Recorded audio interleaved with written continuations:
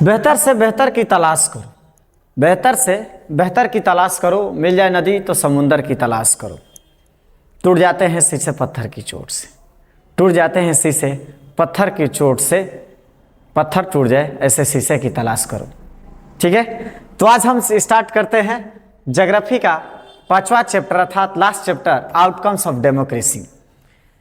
इस वीडियो में सबसे ज़्यादा आउटकम्स ऑफ डेमोक्रेसी, इस वीडियो में हम लोग सबसे ज़्यादा किस चीज़ की डिस्कस करेंगे, इस पर लगभग हम लोग जो है 100 से ज़्यादा ऑब्जेक्टिव क्वेश्चन का डिस्कस करेंगे और ऐसे क्वेश्चन डिस्कस करेंगे जिसको एग्जाम में आने की संभावना ज़्यादा हो। ठीक है, तो आइए स्टार्ट करते हैं, टाइम नहीं ज़्यादा वेस्ट करेंगे हम लोग, इसमें सीधा अपने क्वेश्चन पर चलते हैं। पहला क्वेश्चन हमारा क्या है, तो पहले क्वेश्चन को आप पढ़ सकते हैं। यहाँ पर देखिए, यहाँ पर पहला क्वेश्चन, ये हमारा पहला क्वेश्चन यहाँ से स्टार्ट होता है और इसको पढ़ते हैं। तो पहले क्वेश्चन में हमने लिखा है विच one of the following is an example of outcomes of democracy. ठीक है, outcomes of democracy that produces N accountable government, अर्थात निम्नलिखित में से लोकतंत्र का अर्थात डेमोक्रेसी का आउटकम्स का सबसे अच्छा एग्जाम्पल कौन है जो एक अकाउंटेबल गवर्नमेंट देता है। आपको समझना चाहिए कि आउटकम्स ऑफ डेमोक्रेसी, आज पूरे वर्ल्ड में जो डेमोक्रेसी लिया जाता है, तो आउटकम्स ऑफ डेमोक्रेसी, हमारी डेमोक्रेसी, इंडिया क्या है, एक डेमोक्रेटिक कंट्री है, तो एक डेमोक्रेसी का आउटकम क्या होता है। तो डेमोक्रेसी क्या होता है, डेमोक्रेसी में आप देख सकते हैं कि कहते हैं कि democracy is a form of government in which rulers are elected by the people, जिसमें जो रूलर्स होते हैं वो जनता के द्वारा चुने जाते हैं। तो जनता के द्वारा चुने जाते हैं, तो क्या यह डेमोक्रेसी में जो ये सिस्टम होती है, तो क्या यह रिस्पॉन्सिबल है, अकाउंटेबल है, मतलब क्या इकोनॉमिकली, पॉलिटिकली और सोशली, तीनों तरीका से इसमें जो है हम लोग को सबसे ज्यादा इसमें चैप्टर में यही सीखना है। ठीक है, तो पहले क्वेश्चन में आप देखिए कि आउटकम्स ऑफ जो डेमोक्रेसी है, इसका एग्जांपल निम्नलिखित में से कौन है जो एक अकाउंटेबल गवर्नमेंट देता है। तो पॉइंट नंबर 1 यहां पर देखिए, पहला क्वेश्चन है, तो इसके बाद पॉइंट नंबर 1 ओपन, देखिए पहला क्या दिया गया कि open to public debates on major policy and legislation, मतलब देखिए open to public debates on major policy and legislation, मतलब कोई लेजिस्लेशन हो या पॉलिसी हो, सभी कोई भी मुख्य पॉलिसी हो, उस पर जो है पूरा तरह से खुला पब्लिक डिबेट्स होता है।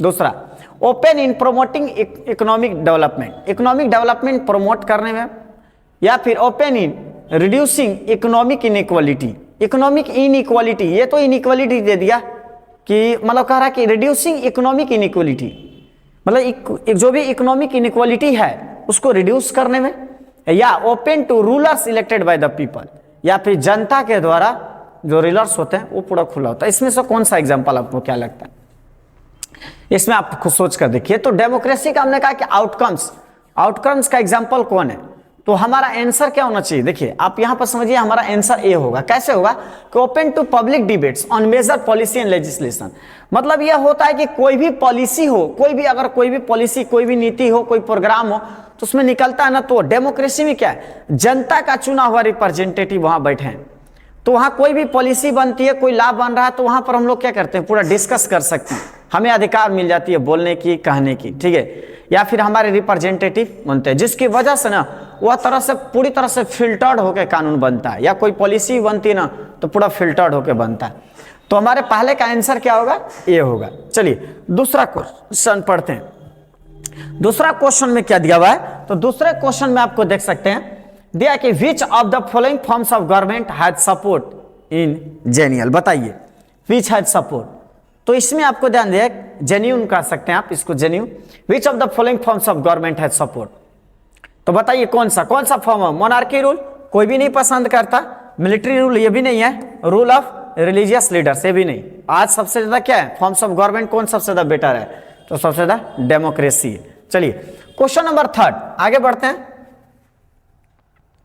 क्वेश्चन नंबर 3 को पढ़ते हैं। देखिए तो क्वेश्चन नंबर 3 में क्या है, तो क्वेश्चन नंबर 3 को भी रीड करते हैं, देखते हैं क्या है क्वेश्चन नंबर 3। आप लोग अपने से टिक लगा सकते हो, आप लोग अपने से ये टिक लगा सकते हो। क्वेश्चन नंबर 3 में economic growth depends on which of the following, बताइए इकोनॉमिक ग्रोथ निम्नलिखित में से किस पर जो है डिपेंड्स करता है, बताइए इकोनॉमिक ग्रोथ। आप पहले आंसर आप ही दे दीजिए, बताइए किस पर, size of the population of the country, देश की जनसंख्या पर इकोनॉमिक ग्रोथ।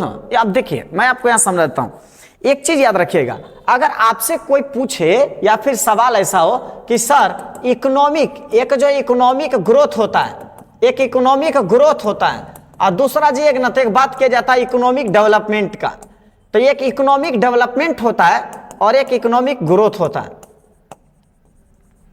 एक इकोनॉमिक ग्रोथ होता है और एक इकोनॉमिक डेवलपमेंट होता है, तो दोनों में क्या अंतर है? तो इकोनॉमिक ग्रोथ का मतलब आर्थिक समृद्धि और इकोनॉमिक डेवलपमेंट का मतलब होता है आर्थिक विकास। तो इकोनॉमिक ग्रोथ, ठीक है, इकोनॉमिक ग्रोथ का चल जाइएगा, तो इकोनॉमिक ग्रोथ का मतलब आर्थिक समृद्धि। आर्थिक समृद्धि का मतलब कि हम तो विकास करेंगे लेकिन हमारे साथ साथ पूरा देश, हमारा पूरा परिवार, वो पूरा तरह से सब पूरा एक समुदाय विकास करे, उसको हम क्या बोलते हैं? आर्थिक समृद्धि बोलते हैं।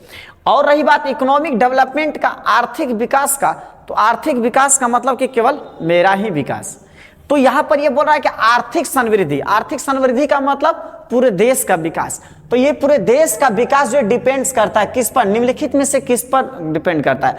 क्या उस देश की जनसंख्या जैसी, मतलब जनसंख्या पर निर्भर करता है कि जनसंख्या ज्यादा होगा तो इकोनॉमिक ग्रोथ अच्छा होगा, या टेरिटरी और एरिया ऑफ द कंट्री, उस देश की जो क्षेत्रफल कितना है, मतलब एरिया कितना है, ज्यादा दूर में रहेगा तो इकोनॉमिक ग्रोथ होगा, या तीसरा ग्लोबल सेंड्रियो, मतलब ग्लोबल या ग्लोबलाइज अगर आप रह रहे हैं तो सबसे ज्यादा विकास करेंगे। आखिर क्या तीसरा ऑप्शन क्या दिया हुआ है? तो तीसरा ऑप्शन दिया हुआ है, बोला कोऑपरेशन एमंग वेरियस नेशन, या फिर कोऑपरेशन, ध्यान देना, कोऑपरेशन एमंग वेरियस नेशन, मतलब सभी राष्ट्रों के साथ सहयोग से। हमने क्या कहा था? Economic growth. इकोनॉमिक ग्रोथ का मतलब आर्थिक समृद्धि, आर्थिक समृद्धि का मतलब सबका विकास। तो हमारा आंसर होगा डी, क्योंकि जनसंख्या से कोई मतलब नहीं है। जनसंख्या बहुत ज्यादा हो, अब जनसंख्या बहुत ज्यादा हो और वहां पर कोई काम ही ना हो, कुछ आप प्रोडक्शन कर रहे हो आगे सेल ही ना हो, यहाँ आपको कोई इक्वालिटी या डिग्निटी आपकी हो ही नहीं, तो फिर असफल है। Territory cooperation among various nation अगर रहेगा तो सही होगा। ठीक है, तो हमारे क्वेश्चन नंबर 3 का आंसर होगा D. Question number 4, the most important outcome of democracy, मतलब मोस्ट इंपॉर्टेंट तो आउटकम्स ऑफ डेमोक्रेसी। अगर किसी देश, कोई देश अगर लोकतांत्रिक है तो उस लोकतांत्रिक देश का, ठीक है, देश लोकतांत्रिक है तो उस लोकतांत्रिक का, उस डेमोक्रेसी का आउटकम क्या होता है? अच्छा रिजल्ट क्या आएगा? बेटर क्या है? बेस्ट क्या है? उस रिजल्ट मतलब डेमोक्रेसी का आउटकम क्या आना चाहिए? होता ना कि हम कोई काम करते हैं तो काम करने के बाद हम सोचते हैं भाई इसका आउटकम क्या हुआ, तो हमने काम किया तो 300 रुपये मजदूरी मिल गया। हमने यहाँ पढ़ाया तो पढ़ाने का इसका आउटकम क्या आया? तो आउटकम आया कि चलिए कुछ क्वेश्चन हम लोग सोल्व कर रहे हैं, हम लोग का रिवीजन हो जा रहा है। ठीक है, तो ये हो जाता है। हो सकता है क्वेश्चन जो हम पूछ रहे हैं एग्जाम में आ जाए। तो most important outcome of democracy, तो डेमोक्रेसी का मोस्ट इंपॉर्टेंट आउटकम क्या होता है? क्या अकाउंटेबल गवर्नमेंट। अकाउंटेबल गवर्नमेंट का मतलब क्या समझ रहे हैं? अकाउंटेबल गवर्नमेंट का मतलब उत्तरदायी सरकार। अकाउंटेबल का मतलब होता है उत्तरदायी। अगर ये नहीं समझ में आ रहा तो ऐसे लिख लीजिए, उत्तरदायी सरकार। ठीक है, उत्तरदायी। और रिस्पॉन्सिव का मतलब होता है जिम्मेवार। तो अकाउंटेबल सरकार देती है, रिस्पॉन्सिव सरकार देती है, या बोथ ऑफ देम या नॉन ऑफ देम? बताइए मोस्ट इंपॉर्टेंट क्या है डेमोक्रेसी का आउटकम? तो डेमोक्रेसी का आउटकम सबसे ज्यादा मोस्ट क्या है? आपको क्या लगता है? फोर्थ का आंसर क्या होना चाहिए? तो आउटकम ऑफ डेमोक्रेसी, अगर किसी देश में लोकतांत्रिक है तो आप ही सोचिए कि वह लोकतांत्रिक देश है, डेमोक्रेसी है, तो डेमोक्रेसी में क्या होता है? रूलर्स जो है, जो रूलर्स होते हैं वो क्या होता है? हमारे द्वारा चुने जाते हैं, जनता के द्वारा चुने जाते हैं। जब वह जनता के द्वारा चुने जा रहे हैं तो आप भी खुद से सोच सकते हैं कि जनता के द्वारा चुने जा रहे हैं तो उत्तरदायी सरकार होगी। क्यों उत्तरदायी सरकार होगी? क्योंकि अगर आपने अच्छा नहीं किया ना तो नेक्स्ट टाइम जो है आपको उत्तर देना पड़ेगा, अगली बार चुनाव में आ जाइएगा तो। इसके बाद रिस्पॉन्सिव। रिस्पॉन्सिव का मतलब क्या होता है? हमने जिम्मेवार, आपको जिम्मेवारी लेनी पड़ेगी, रिस्पॉन्सिबिलिटी लेनी पड़ेगी, क्योंकि हमने आपको इलेक्ट करके भेजा है तो रिस्पॉन्सिबिलिटी तो लेनी पड़ेगी, इससे कहां जा सकते हैं। ठीक है, तो उसके बाद इसका मतलब आंसर हमारा क्या होना चाहिए? Both of them. फोर्थ का आंसर बोथ ऑफ देम, सी होगा। क्वेश्चन नंबर 5, क्वेश्चन नंबर 5 को पढ़िए। Democracy is based on the idea of, अब सोचिए डेमोक्रेसी इज द, बोला कि democracy is based on the idea of, किस आइडिया पर रहता है? आपको क्या लग रहा है? मेजोरिटी, मेजोरिटी पर होती है। डेमोक्रेसी में मेजोरिटी नहीं होती है। श्रीलंका में मेजोरिटी हुआ, उसका परिणाम क्या निकला? कन्फ्लिक्शन हुआ, झगड़े, मेजोरिटी पर नहीं होती है। इसके बाद माइनॉरिटी, ये भी नहीं, ये भी नहीं, मेजोरिटी और माइनॉरिटी से मतलब नहीं है। Option C deliberation and negotiation, मतलब इसका क्या हुआ? डेलिब्रेशन मतलब वाद संवाद। तो डेमोक्रेसी सबसे ज्यादा किस पर आधारित है? तो आइडिया ऑफ डेलिब्रेशन पर है। डेलिब्रेशन और निगोशिएशन मतलब क्या होता है? बात विचार संवाद का होता है। बात विचार संवाद मतलब इसमें जितना ज्यादा डिस्कस आप करते हो कानून अच्छा ही होता है, हम लोग को अवसर होता है बोलने का, कहने का। ठीक है, तो हमारे क्वेश्चन नंबर 5 का आंसर होगा सी। क्वेश्चन नंबर 6, क्वेश्चन नंबर 6 पर चलिएगा। तो विच one of the following is the most popular form of government in the contemporary world? मतलब आज भी वर्ल्ड में अगर चला जाए तो सबसे ज्यादा पॉपुलर फॉर्म ऑफ गवर्नमेंट क्या है? डिक्टेटरशिप नहीं, गलत। मोनार्की नहीं, गलत। मिलिट्री रूल नहीं, ऑप्शन क्या होगा? D, democracy. आज भी दुनिया में ना डेमोक्रेसी सबसे ज्यादा लाइक किया जाता है। या डेमोक्रेसी लाने के लिए ना फ्रांस जैसा देश, आप समझे होंगे कि फ्रांस में फ्रेंच रेवोल्यूशन हुआ, डिक्टेटर आया, जैकोबिन क्लब बना, मतलब फ्रांस में एक प्रयोगशाला की तरफ प्रयोग हो गया था फ्रांस, जिसके लास्ट में निराकरण क्या आया? डेमोक्रेसी। तो डेमोक्रेसी सबसे ज्यादा लोगों ने क्यों पसंद किया? क्योंकि चलिए कम से कम डिक्टेटरशिप तो नहीं है, मोनार्की साथ तो हम देख ही रहे थे, हम लोग के साथ क्या हो रहा था, मिलिट्री रूल में तो हम लोग देख ही लिए थे। तो हमारा आंसर क्या होना चाहिए? डेमोक्रेसी। ठीक है, चलिए क्वेश्चन नंबर 6 के बाद क्वेश्चन नंबर 7। क्वेश्चन नंबर 7 में आगे बढ़ते हैं, देखते हैं क्वेश्चन नंबर 7 में क्या दिया है। क्वेश्चन नंबर 7 पढ़िए। क्वेश्चन नंबर 7 को देखते हैं क्या हम लोग को मिलता है। तो क्वेश्चन नंबर 7 में, in a democratic government a citizen has the right and the means to examine the decision taken by the government, it is known as। आप बताइए, ये तो आपको खुद के समझना चाहिए कि अगर किसी देश में, किसी लोकतांत्रिक देश में, किसी डेमोक्रेसी कंट्री में अगर जो सरकार है, अगर वह सरकार अगर एक नागरिक को यह अधिकार देती है या एग्जामिन करने का साधन दे देती है, ठीक है, आपको अधिकार दे दिया गया, किस चीज का अधिकार दे दिया गया? तो examine the decision taken by the government, मतलब सरकार ने जो डिसीजन लिया है, जो कानून लिया है, उस कानून को अगर जांचने का और कहने का या समझने का अगर आपको अधिकार दे दिया जाए तो इस चीज को आप क्या कहोगे? इस चीज को कहा जाता है ट्रांसपेरेंसी।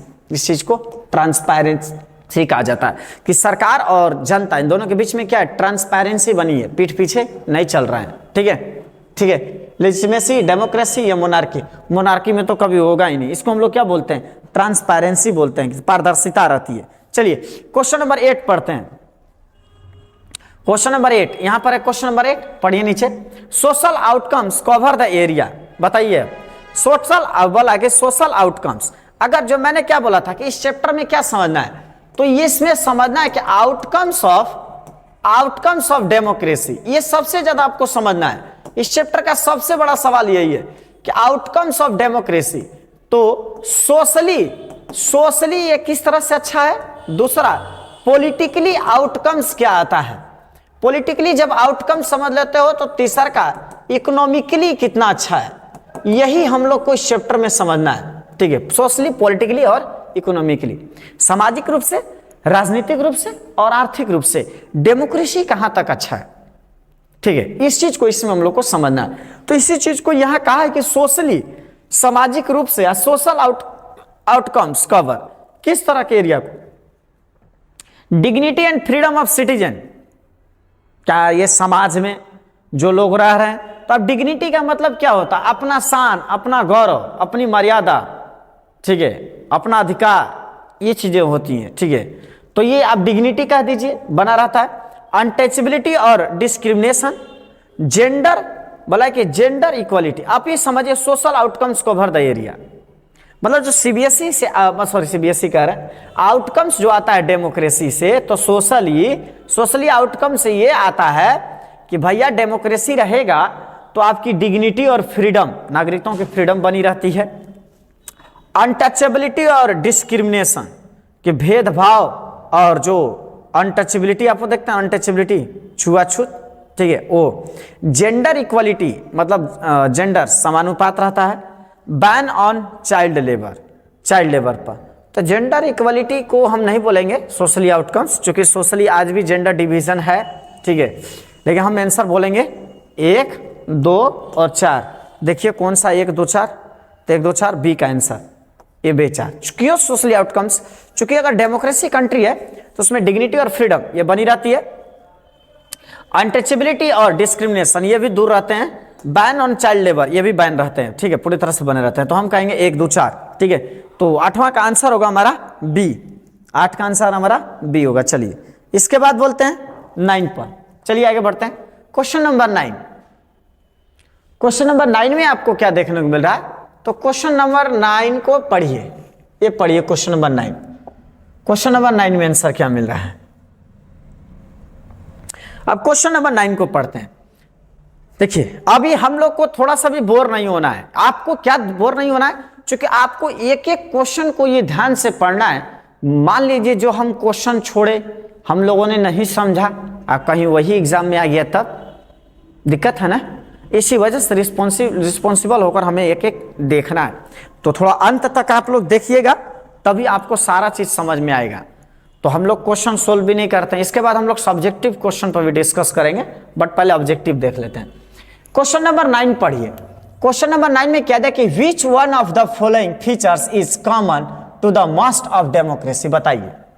मोस्ट ऑफ डेमोक्रेसीज का मतलब बहुत सारी लोकतांत्रिक देशों में निम्नलिखित में से कौन सा कॉमन फीचर है जो कि हर लोकतांत्रिक देश में आपको मिलेगा। तो सभी लोकतांत्रिक देश में क्या मिलता है, दे हैव फॉर्मल कॉन्स्टिट्यूशन, ये बात सही है। हर लोकतांत्रिक देश में एक ना एक कॉन्स्टिट्यूशन, एक कानून होती है, विधि होती है। दूसरा, दे होल्ड रेगुलर इलेक्शन, ये भी सही बात है कि डेमोक्रेसी में हर 5 साल पर इलेक्शन होना चाहिए। देखिए इलेक्शन 2 तरह का होता है। इलेक्शन की अगर बात करिएगा ना, तो इलेक्शन 2 तरह का होता है, ये हमेशा याद रखिए। इलेक्शन कितने तरह के होते हैं, 2 तरह के, एक जनरल इलेक्शन होता है और एक होता है बाई इलेक्शन। 2 इलेक्शन होते हैं। तो जनरल हमेशा 5 ईयर्स अपने टाइम पर होता है, बाई बीच में जब कोई कैंडिडेट डेथ कर जाए, पार्टी चेंज कर ले, तो चुनाव, उसको उपचुनाव कहते हैं। चुनाव 2 तरह के होते हैं, ठीक है।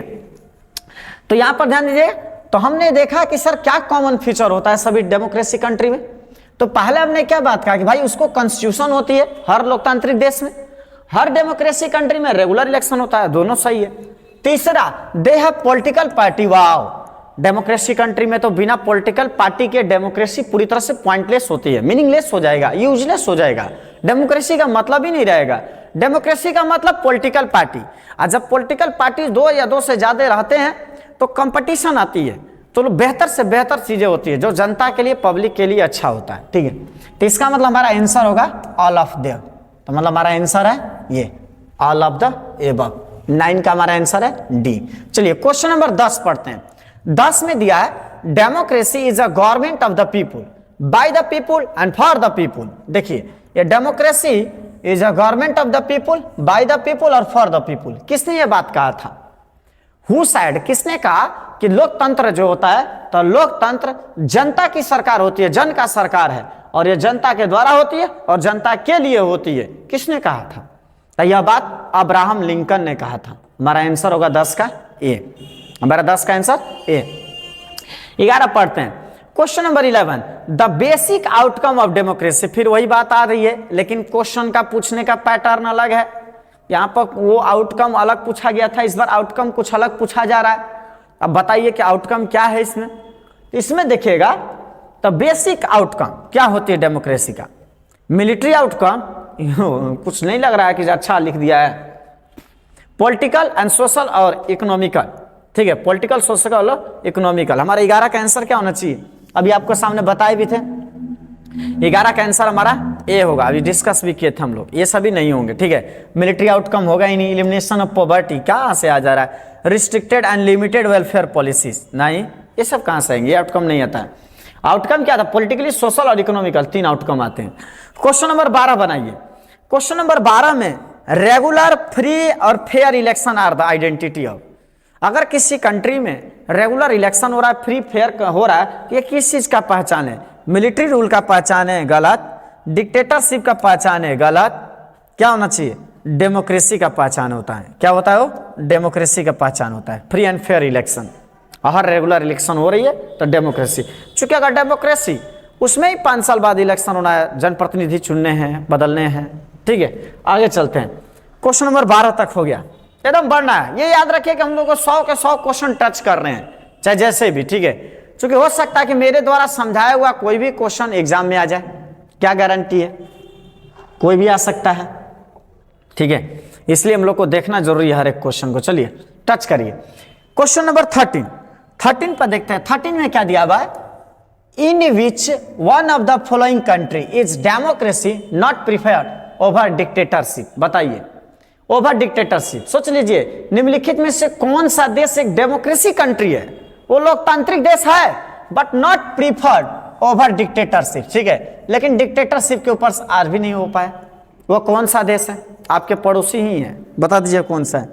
आपके पड़ोसी देश हैं वो। पड़ोसी देश कौन सा है? पाकिस्तान। आप पाकिस्तान चले जाइए, डेमोक्रेसी है, लेकिन आपने 9 क्लास में कैसे पढ़ा था?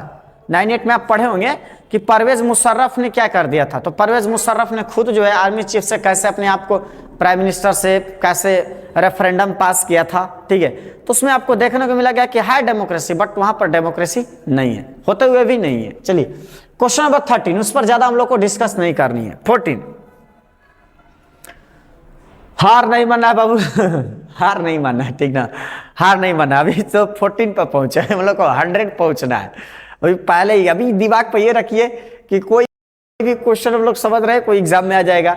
अगर आप पढ़े भी हैं तो हम पढ़ रहे हैं तो आप अपना पटक से जवाब दीजिए, अपना टिक करिए, आप पेज ले लीजिए, देख लीजिए कितना सही आपका जा रहा है। अब क्वेश्चन नंबर 14 है, पढ़िए, पढ़ के जवाब दीजिए। क्वेश्चन नंबर 14 में द 2 ग्रीक वर्ड्स, 2 शब्द डेमोस और ये क्रेटिया, ये शब्द बताइए आप क्या है।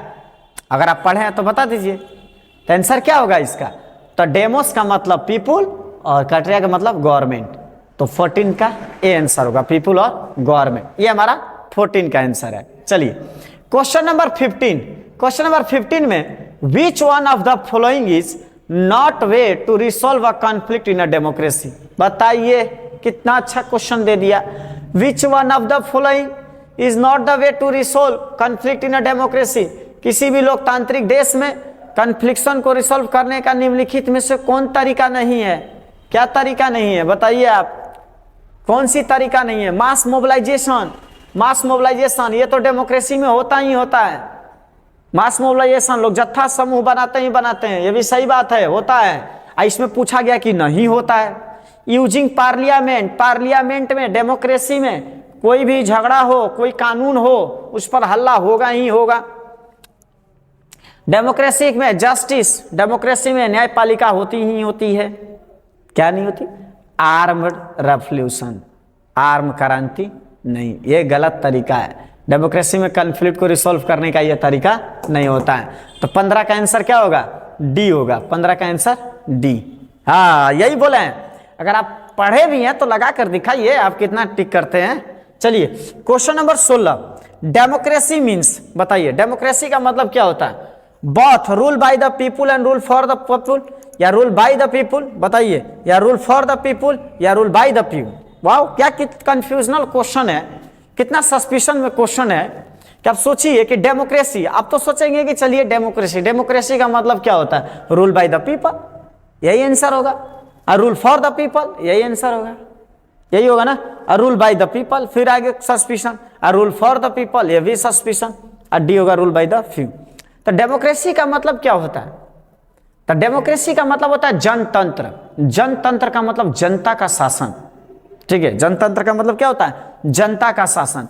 तो 16 का हमारा आंसर क्या होना चाहिए? जनतंत्र, गणतंत्र। इसका आंसर क्या होना चाहिए? जनतंत्र, जनता की शासन, या जनतंत्र, जनता के लिए शासन। तो हमारा 16 का आंसर सी होगा, ठीक है। चलिए आगे बढ़ते हैं। क्वेश्चन नंबर 16 के बाद आगे बढ़ते हैं। आप भी टिक लगाते रहिए, देखते हैं कितना आप सही बनाते हैं। आप भी टिक लगाइए, हम भी साथ में टिक लगा रहे हैं, देखते हैं कौन जीतता है अब कहिएगा जीतेंगे सर आप ही, हम कैसे जीतेंगे? अरे आप भी तो पढ़े आउटकम्स ऑफ डेमोक्रेसी, तो सोचिए आप क्यों नहीं फिक्र कर पा रहे। आप रेशियो निकालिएगा 100 में से कितना सोल्व करते हैं, ठीक है। बनाइए question number 17, if a government provides its citizens a right and means to examine the process of decision. बताइए, क्वेश्चन वही है, बस तरीका बदल गया पूछने का। हमने दिया कि इफ अ गवर्नमेंट प्रोवाइड्स, अगर कोई सरकार अपने नागरिक को अधिकार दे दे या मींस दे दे, कोई भी अधिकार या मींस दे to examine the process of decision, कि जो भी डिसीजन लिया गया, जो भी कानून बना, जो विधि बना, जो प्रोग्राम लॉन्च हुआ, जो स्कीम बना, वो सभी जो भी डिसीजन, तो डिसीजन के प्रोसेस को जांच करने के लिए कह दे, तो इसको आप क्या कहेंगे? एक अकाउंटेबल, एक उत्तरदायी सरकार कहेंगे, या आप इसको रिस्पॉन्सिबल सरकार कहेंगे, या ट्रांसपेरेंट सरकार कहेंगे, या स्टेबल सरकार कहेंगे? बताइए आंसर क्या होगा 17 का, बताइए इसको क्या कहेंगे, कौन सी सरकार पे इसको आप कहेंगे? अगर सरकार आपको कहती है तो इस तरह की सरकार को आप क्या कहेंगे? इस तरह की सरकार को हम लोग अकाउंटेबल सरकार कहते हैं। ये ध्यान दीजिए, उत्तरदायी सरकार, उत्तर दे रही है आपके सामने, उत्तरदायी है, जवाबदेही बन जा रही है, ठीक है। हाँ, कोई टिक इस पर भी लगाएगा कि ट्रांसपेरेंट भी तो सरकार हो जाएगी। हाँ, ये भी सरकार, चूंकि पूरी तरह से पारदर्शी काम कर रही है हमारे साथ, बट यहाँ पर जनता को कह रही है क्या ये प्रोसेस डिसीजन को समझिए, अकाउंटेबल सरकार है। चलिए क्वेश्चन नंबर 18, बढ़ते हैं आगे, रुकना नहीं है। Equal treatment of women, equal treatment of women is necessary, बोला ingredient of a democracy society. सोचिए, अगर कहा जाए कि लोकतांत्रिक देश में डेमोक्रेसी सोसाइटी का सबसे मुख्य या सबसे आवश्यक इंग्रेडिएंट है तो इक्वल ट्रीटमेंट ऑफ वुमेन। बताइए इक्वल ट्रीटमेंट, इसको हम क्या बोलेंगे, इसका मतलब क्या कहना चाहता है? क्या women are actually always treated with respect? दूसरा, इट इज नाउ इजियर, देखिए ये पहला है, women are actually always treated with respect. It is now easier for women to legally wage struggle for their rights. हाँ, it is now easier for women to legally wage, ठीक है, wage struggle for their rights, कि अपने अधिकारों के लिए, चाहे legally wage के लिए struggle. Most society across the world now increasingly women dominated. तरीके तो कुछ अलग ही हो गया। Women are now treated as equal in the political arena. बताइए क्या आंसर होना चाहिए? आंसर क्या होना चाहिए? हाँ, आंसर क्या होना चाहिए? डेमोक्रेसी का सबसे आवश्यक इंग्रेडिएंट क्या है? औरतों के साथ इक्वल ट्रीटमेंट। किस चीज में? तो डेमोक्रेसी में easier for women to legally wages struggle for their rights. ठीक है, 18 का क्या होगा? बी होगा आंसर। ठीक है, ध्यान से पढ़ते रहिए, समझ में आ जाएगा कुछ क्वेश्चन। क्वेश्चन नंबर 19 में डिक्टेटरशिप। डिक्टेटर मीन्स क्या होता है? Rule by the few, rule by the people, और रूल बाय द पीपल ये कहां से आ गया? रूल फॉर द पीपल ये कहां से आ गया? ये कहां से आ जा रहे हैं आंसर क्वेश्चन? बताइए डिक्टेटरशिप मैंने कह रहा है कि rule for the people or rule by the people, how is it possible? इसका आंसर क्या होना चाहिए? D, none of the option, rule by the few, और सॉरी ये आंसर डी हो, ए होगा, 19 का ए आंसर होगा। डिक्टेटरशिप कुछ ही लोग के द्वारा शासन की जाती है, सब लोग इसमें सम्मिलित नहीं होते। चलिए क्वेश्चन नंबर 19 के बाद आगे बढ़ते क्वेश्चन नंबर 20। क्वेश्चन नंबर 20 आ गया, ठीक है। क्वेश्चन नंबर 20 पढ़िए। क्वेश्चन नंबर 20 में हमने क्या लिखा है इसको भी अच्छे से पढ़िए। तो क्वेश्चन नंबर 20 में ये question number 20, what do democracy ensure regarding decision in making? बताइए what do democracy ensure regarding decision making. अगर डिसीजन मेकिंग में और कोई निर्णय लेना है तो रिगार्ड लेने में डेमोक्रेसी क्या करती है? प्रोसेस ऑफ ट्रांसपेरेंसी, ट्रांसपेरेंसी का प्रोसेस होता है। Decision taken by the head of the country, या decision by the council of minister, या restricted popular participation in decision में। बताइए इसको क्या कहेंगे? 20 का क्या होगा? 20 का आंसर क्या होगा? अगर what do democracy ensure regarding decision making, decision making में ये डेमोक्रेसी क्या दिखाता है, क्या कहना चाहता है? It shows transparency. Transparency, democracy में ट्रांसपेरेंसी होती है। ऐसा नहीं कि ये कोई कंट्री का अपने मन का कोई निर्णय ले लेगा, नहीं, ये ट्रांसपेरेंसी होती है। जनता के रिप्रेजेंटेटिव बैठे हुए हैं, जनता इसे देख रही है, वॉच कर रही है, ठीक है। अब यह काउंसिल ऑफ मिनिस्टर अपने मन से decision by the council of minister, ये भी नहीं आंसर हमारा क्या होगा? 20 का ए, ठीक है, 20 का ए आंसर होगा। चलिए क्वेश्चन नंबर 21, क्वेश्चन नंबर 21 को देखते हैं। क्वेश्चन नंबर 21 में हमें क्या देखने को मिलता है? तो क्वेश्चन नंबर 21 में देखिएगा, the democratic government is better than non democratic. बताइए democratic government is better than non democratic government. क्यों? डेमोक्रेटिक सरकार जो है नॉन डेमोक्रेटिक गवर्नमेंट से अच्छा होती है। क्यों?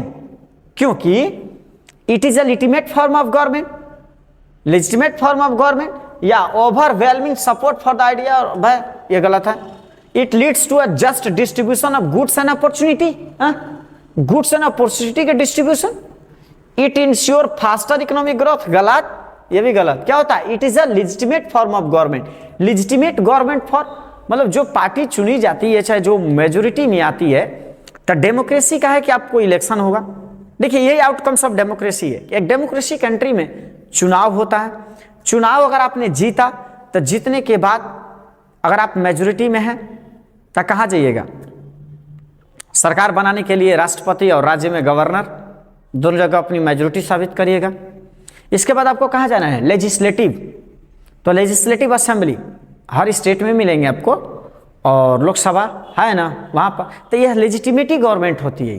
तो हमारा 21 का आंसर ये होगा, यह लेजिटिमेट फॉर्म ऑफ गवर्नमेंट हो, वहाँ सरकार होती है, वहाँ पर सारा चीज डिसीजन लिया जाता है, ठीक है। तो इसी वजह जब वहाँ सरकार बनती है तो डेमोक्रेसी में कोई भी कानून बन रहा है, नियम बन रहा है, क्या कर रहे हैं, तो ये सभी लेजिटिमेट है। वहाँ पर सभी लोग के चर्चा से, डिस्कशन करके, बात विचार करके वो सब बनता है। ऐसे नहीं बनता है कि अपने मन से कुछ भी बना लिए, नहीं, ऐसा नहीं होता है, ठीक ना, ऐसा नहीं होगा। हमारा अगला क्वेश्चन क्या है, तो हमारा अगला क्वेश्चन है 22 पर देखते हैं 22 क्या है। तो 22 को आप देखेंगे, विच country has successfully negotiated among different population, बताइए विच कंट्री, अगर कंट्री अगर बताइए इसमें से निम्नलिखित में से किस देश ने सफलतापूर्वक अपने विभिन्न जनसंख्या का मतलब डिफरेंट पॉपुलेशन का मतलब क्या समझ रहे हैं, डिफरेंट कम्युनिटी, उनके बीच में उसने जो है पूरी तरह से सफलता पाई है, निगोशिएट किया, मतलब उसमें से उन्होंने बात संवाद करके क्लियर किया था। तो 22 का आंसर क्या होगा हमारा, बेल्जियम। बेल्जियम में आपको याद होगा, बेल्जियम में ये चीजें हुई थी, ठीक है। चलिए क्वेश्चन नंबर 23 आगे बढ़ते हैं। अभी 100 पहुंचना है, ठीक है। कौन कौन सो रहा है, सोना नहीं है बच्चे, एग्जाम सिर पर आ गए, सोना नहीं है, हाँ किसी को सोने नहीं है। चलिए क्वेश्चन नंबर 23 सोल्व करिए जल्दी से। विच of the following is not true about democracy, democracy में के बारे में निम्नलिखित में से कौन सत्य नहीं है, आखिर कौन, विच इज नॉट ट्रू, कौन सही नहीं है। It always worried about majority and public opinion, क्या डेमोक्रेसी हमेशा जो है पब्लिक ओपिनियन या मेजोरिटी को लेकर चिंतित रहता है। It improves the quality of decision making, decision making के क्वालिटी को और भी इंप्रूव करता है। Decision making is faster and quicker, decision making बड़ा जल्दी हो जाता है। It allows room to correct mistake, तो डेमोक्रेसी में क्या है, डेमोक्रेसी में हम लोग को चांस मिलता है कि अगर हमारी कोई गलती मिली ना, अगर इस बार कानून अच्छा नहीं बना, हमने रिप्रेजेंटेटिव अलग नहीं किया, तो अगली बार लेजिस्लेटिव आ रही है तो पार्लियामेंट में, लेजिस्लेटिव में जाकर रिफॉर्म कर सकते हैं। अगली बार चुनाव आया, दूसरे रिप्रेजेंटेटिव को चुनाव कर, तो हमें जगह मिलता है सुधारने को। और इसके बाद याद है कि improve the quality decision making को भी अच्छा कर देता है, ठीक है। It always worry about majority and public opinion, public opinion और मेजोरिटी को लेकर हमेशा चिंतित में रहता है। इसमें क्या नहीं होता है बाबू, तो decision making is faster and quicker, decision making बहुत जल्दी नहीं हो सकता है, कोई भी डिसीजन लिया जाएगा लेट होगा ही होगा। तो हमारे क्वेश्चन नंबर 23 का आंसर क्या है, सी है, सी होगा आंसर, ठीक है। चलिए क्वेश्चन नंबर 24 पर आगे बढ़ते हैं। 24 में क्या देखते हैं, क्वेश्चन नंबर 24 तो कोई भी बता देगा, क्वेश्चन नंबर 24, चलिए क्वेश्चन नंबर 24 बताइए क्या होगा। तो क्वेश्चन नंबर 24 में आंसर क्या होगा, पढ़िए। हमने कहा ना आप भी साथ ही साथ टिक करिए तो हम समझेंगे कि आपने 100 क्वेश्चन सोल्व किया, ठीक है। बताइए क्वेश्चन नंबर 24 आप पढ़ लीजिए। In which country more than half of the population live in poverty, ठीक है। बताइए ऐसा कौन सा देश है जिसमें आधी से ज्यादा जनसंख्या गरीबी में जीती है, बताइए। पॉवर्टी आधे से ज्यादा, देख लीजिए मोर than half of the population, आधे से ज्यादा जनसंख्या गरीबी में जीती है, ऐसा कौन सा देश है। हमने कहा ना कि आप भी टिक करिए तब तो समझ में आएगा कितना सही मार रहे हैं। तो हमारा आधे से जनसंख्या श्रीलंका ऐसा नहीं है, बांग्लादेश, आंसर क्या होगा, बांग्लादेश। अमेरिका आधा से ज्यादा संख्या इकोनॉमिक में सबसे आगे आई है, ठीक है। 25 क्वेश्चन नंबर 25 अब इसका टिक करिए। कंसीडर द फॉलोइंग स्टेटमेंट, निम्नलिखित स्टेटमेंट को पढ़िए। Which of these do not hold true for non-democratic regimes, बताइए which of these not hold true, निम्नलिखित में से कौन सत्य नहीं है, ठीक है, for non democratic regimes, non democratic country के लिए कौन सी, अर्थात डेमोक्रेसी के पक्ष में कौन है, क्वेश्चन ऐसे से ऐसे घुमा दिया गया है, ठीक है। और नॉन डेमोक्रेटिक रिजाइम्स के लिए सत्य जब नहीं है, तो सत्य जब नॉन डेमोक्रेसी के लिए सत्य नहीं, तो इसका मतलब किसके लिए सत्य होगा? डेमोक्रेसी के लिए सत्य होगा। ऐसे भी दिमाग लगा सकते हैं हम लोग। बताइए, this do not have the बोला do not have to bother about public opinion, this take less time at arriving at decision, principle of individual dignity has legal force, this often suppress internal. बताइए इसमें answer क्या होगा? 25 का 25 का answer क्या होंगे अभी बताइए? Principal of individual dignity legal force, हमारा 25 का आंसर सी होगा। चलिए ठीक है, क्वेश्चन नंबर 26, थोड़ा बढ़ते हैं आगे अब। विच one of this is not the feature of democracy, निम्नलिखित में से डेमोक्रेसी का फीचर कौन नहीं है? रूल ऑफ पीपुल, ये तो सही है, डेमोक्रेसी का फीचर है। इक्वालिटी एंड फ्रीडम, ये भी डेमोक्रेसी का फीचर है। गारंटेड राइट्स, अधिकार मिलते हैं, ये भी है। आंसर क्या होगा? मोनोपोली ओवर पावर, हमारा 26 का आंसर बी होगा। क्वेश्चन नंबर 27 में क्या आंसर मिलता है?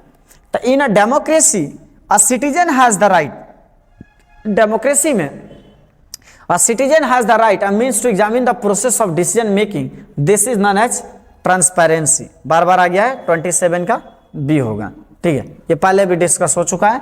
चलिए आगे बढ़ते हैं। 27 के बाद आगे बढ़ते हैं भाऊ 28। चलिए बताइए 28 का आंसर क्या होगा? अभी हमने बोला कि साथ में आप भी टिक करते रहिए, तो आपको ही पता चलेगा कि आपने इस चैप्टर को कितना पढ़ा है और कितना सोल्व कर पा रहे हैं, तो सब सामने निकल के आ जाएगा, ठीक है। तो आप भी बनाते रहिए, मैं तो बार बार बीच में बोल भी रहा हूं ताकि आप समझ सकें कि 100 में कितना बना रहे हैं। चलिए बनाइए। 28 का क्या है? विच one of this is not the feature of dictatorship. बताइए डिक्टेटरशिप का कौन सा फीचर नहीं है इसमें? डिक्टेटरशिप में क्या होता है? नागरिकों को अधिकार मिलता है, ठीक है, नागरिकों को अधिकार मिल जाता है। बताइए क्या आंसर होगा इसमें? इक्वालिटी ऑफ सिटीजन, समान नागरिकता, no constitution, monopoly over power, no value of public opinion. तो देखिए बात को समझिए, which one of this not the feature of dictatorship, जो डिक्टेटरशिप का फीचर नहीं है, तो डिक्टेटरशिप का फीचर ए नहीं है, क्योंकि डिक्टेटरशिप में समान नागरिकता नहीं होती है। चलिए 29, डिक्टेटरशिप है, कहां से समान नागरिकता रहेगी? डेमोक्रेसी में समान नागरिकता। चलिए, why is democracy considered as the better form of government than dictatorship? बताइए डिक्टेटरशिप से भी डेमोक्रेसी को अदर बहुत अच्छा फॉर्म ऑफ गवर्नमेंट माना जाता है, क्यों? सवाल का जवाब दीजिए। Promotes equality and enhances dignity of the individual, क्योंकि डेमोक्रेसी में प्रोमोट्स इक्वालिटी, समानता को, और मतलब हर एक किसी का डिग्निटी बनाए रखता है। Never allow room to correct mistake, ठीक है, मतलब never allow room to correct mistake, कभी भी गलत सुधारने का या फिर कोई भी गलती हो गया तो उसको मौका नहीं मिलता है।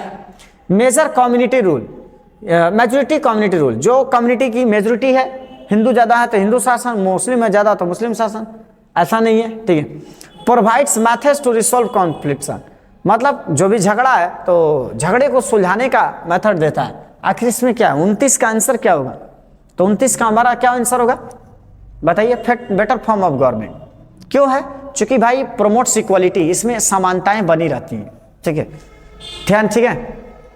वो तो नेवर लगा दिया है, नेवर हट गया होता तो वही आंसर हो गया होता। चलिए 30 को पढ़ते हैं। 30 को, विच one of this is the feature of dictatorship? बताइए विच, ये तो अभी बनाए भी हैं हम लोग, इसका आंसर 30 का ए होगा, ठीक है।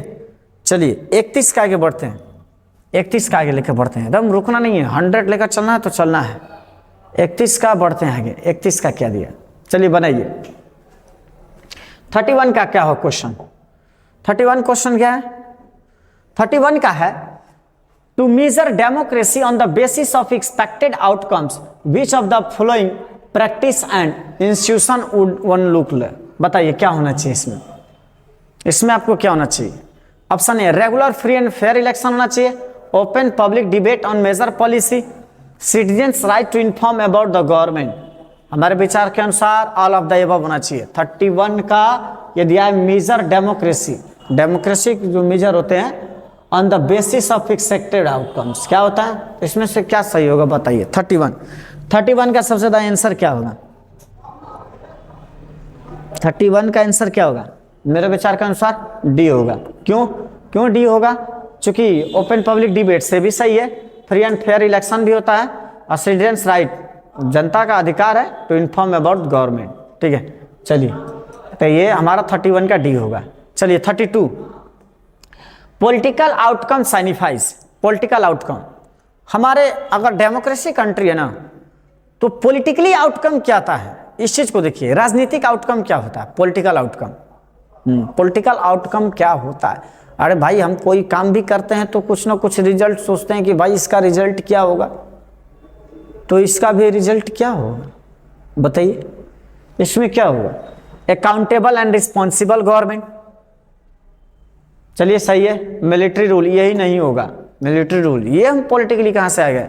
लेजिटिमेट गवर्नमेंट, ये भी होता है, आउटकम्स आता है। डेमोक्रेसी गवर्नमेंट है तो अकाउंटेबल एंड रिस्पॉन्सिबल सरकार चाहिए, लेजिटिमेट गवर्नमेंट चाहिए। रिस्ट्रिक्टेड पॉपुलर पार्टिसिपेशन, यो हो, ये भी गलत है।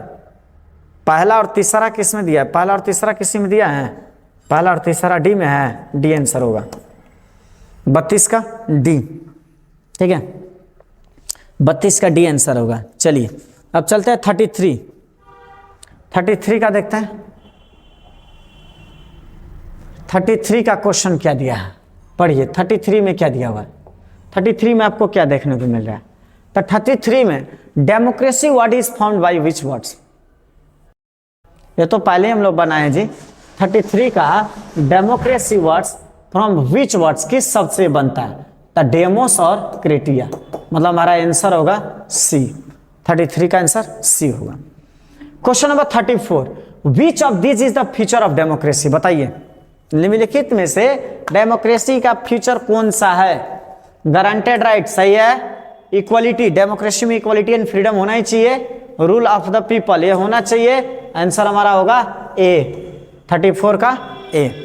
अब आपको बस हम बोले ना कि अगर आपको ज्यादा सही मारना है ना, तो बस ये समझिए कि डेमोक्रेसी का आउटकम क्या होना चाहिए, कितना अच्छा ऑप्शन आना चाहिए, ये समझिए। क्वेश्चन पूछने का तरीका किधर से भी हो सकता है। Question number 35, on which of the following practices और institution can the accountability of government and involvement of people in decision making process in a democracy be measured? बताइए किसके द्वारा? मेरे द्वारा सब कुछ होना चाहिए।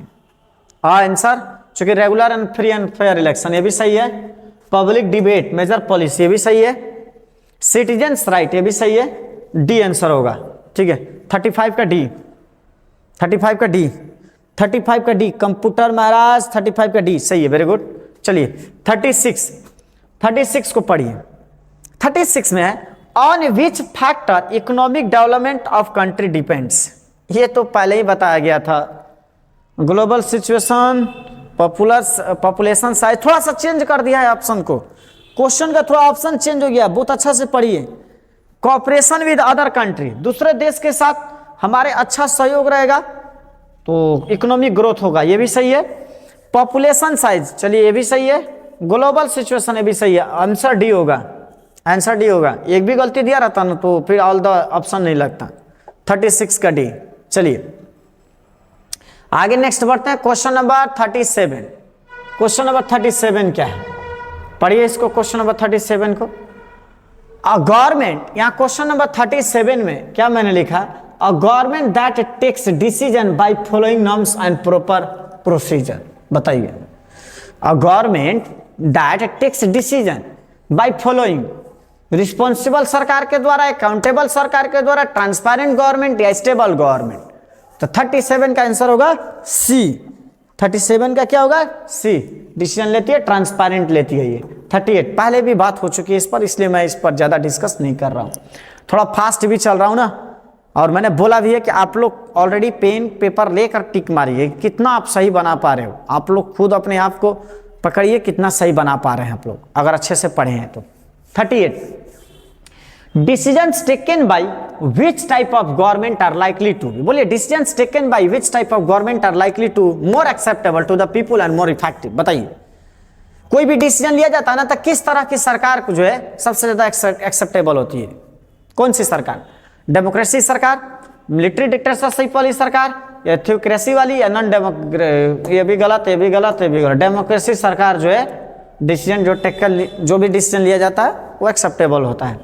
39 का अ डेमोक्रेटिक गवर्नमेंट इज, बताइए अ डेमोक्रेटिक गवर्नमेंट इज, एक डेमोक्रेटिक गवर्नमेंट कैसी होती है? Accountable, responsive, legitimacy, all the above. D answer 39 का डी। चलिए 39 के बाद आगे बढ़ते हैं। बताइए, पटक पटक बताते रहिए, आप भी थोड़ा जवाब देते रहिए। अब तो केवल हम ही नहीं बनाते रहेंगे ना, आप लोग भी बनाइएगा तो पता चलेगा ना कि आप लोग सही हैं कि नहीं है।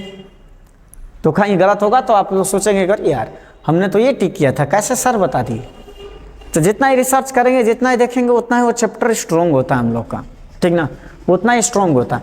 क्या पता जिस क्वेश्चन को हम लोग सोल्व कर रहे हैं वही क्वेश्चन हमारे एग्जाम में आ जाए, उससे रिलेटेड आ जाए, ये हमेशा दिमाग में रखिए। चलिए 40 का 40 का क्या है? डेमोक्रेसी इज बेटर, डेमोक्रेसी अच्छा है, क्यों? तो ये तो सब पर टिक जाएगा, क्योंकि इक्वालिटी अमंग सिटीजन्स, ये बात सही है। बी इनहांस द डिग्निटी, ये भी सही है, enhance dignity of the individual, ये सही है। Improve quality of decision making, ये भी सही है।